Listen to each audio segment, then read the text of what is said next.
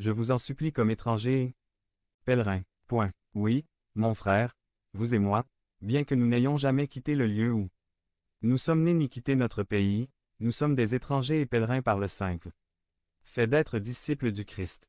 Étrangers et pèlerins, où, sur cette terre, sommes-nous des extraterrestres? Sommes-nous d'une autre galaxie? Non. Quand il dit que nous sommes des étrangers et des pèlerins, il ne dit pas que nous ne sommes pas des terriens ou de la terre.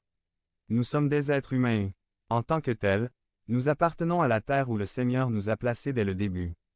Mais ce que vous voulez dire, c'est que même si nous vivons sur cette terre et que nous sommes de la terre, nous restons néanmoins des étrangers parce que nous ne sommes pas du monde. Ici monde ne fait pas référence à la Terre ou à la planète, mais fait référence au système humain de vie. Sans Dieu, contrairement à Dieu, et à tout ce que cela implique. La culture du monde, les idées du monde, les coutumes du monde.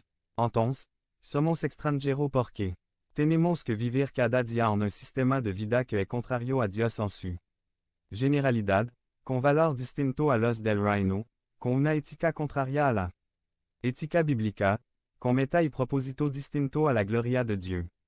Le Seigneur Jésus lui-même a dit que nous sommes dans ce monde, dont nous parlons mais que nous ne sommes pas du monde.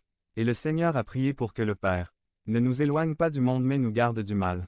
Notre citoyenneté est au ciel, mais un jour, le ciel et la terre fusionneront, à la venue du Seigneur. Dans le nouveau ciel et la nouvelle terre, et notre pèlerinage sera terminé et nous serons rentrés chez nous.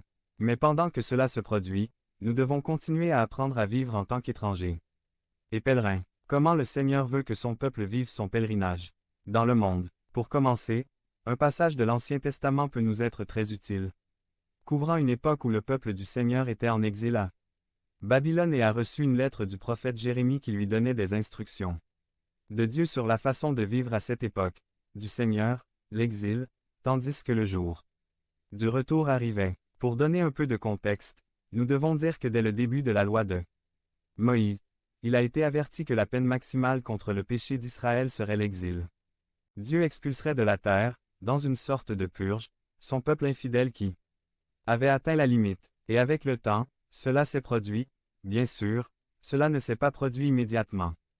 Parce que Dieu est un Dieu lent à la colère et grand en miséricorde, mais le moment est venu après des années et des années de patience de la part de Dieu, et d'abord du nord, le royaume fut exilé par les Assyriens.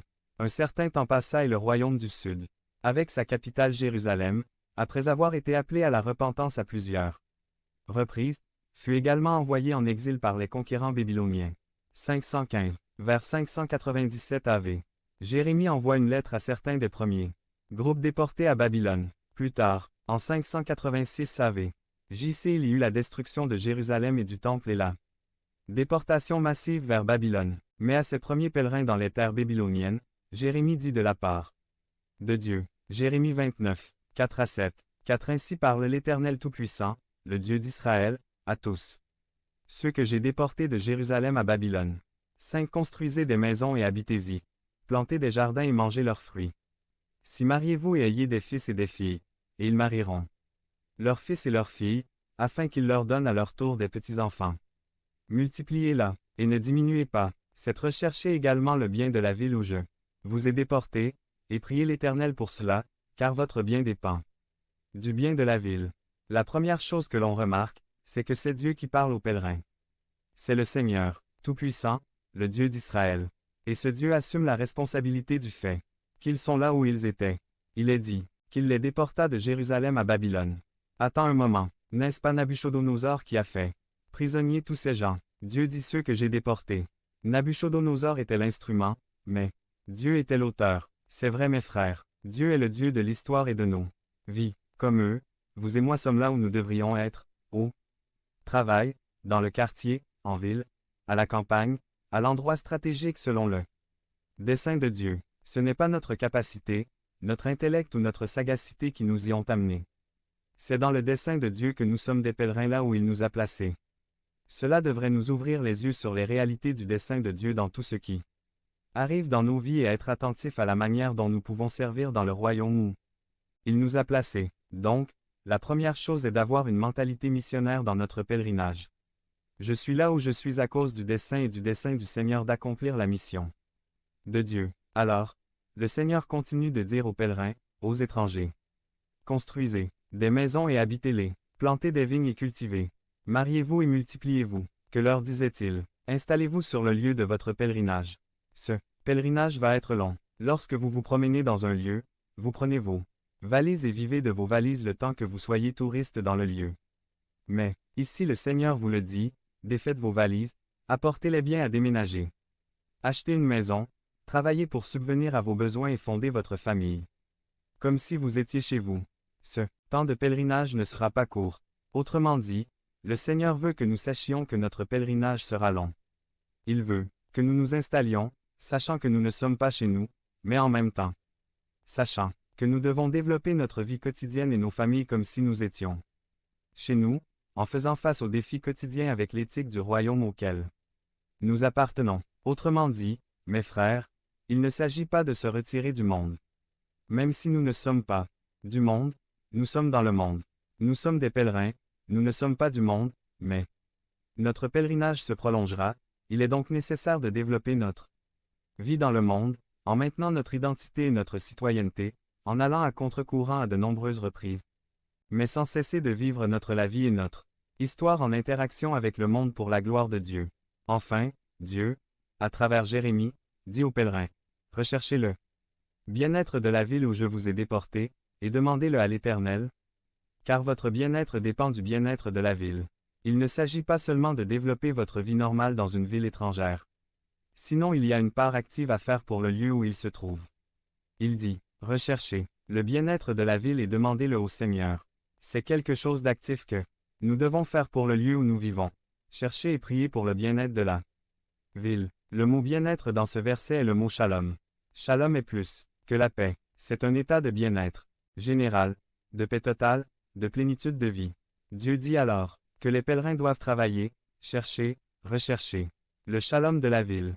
En plus de supplier Dieu d'amener son shalom dans la ville. Mes frères, cela nous rappelle que Dieu ne veut pas que nous, en tant que communauté chrétienne, nous enfermions entre quatre murs ou créions notre ghetto ou colonie exclusive.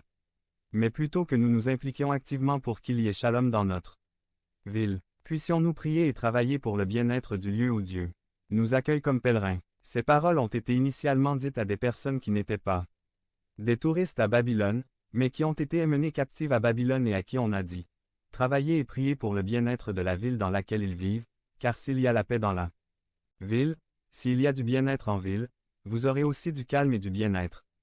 Ils auront aussi shalom. » Si ces paroles ont été données à des captifs, combien plus s'appliquent-elles à nous qui, par la grâce de l'œuvre du Seigneur Jésus-Christ, avons été libérés de la condamnation, pour être libérés du péché et serviteurs du Seigneur. Et par sa volonté, nous sommes toujours dans le monde, mais nous ne sommes pas du monde. Et il nous a laissé ici une mission, l'apostrophe. Heure de notre pèlerinage n'est pas définie, mais nous avons le même mandat.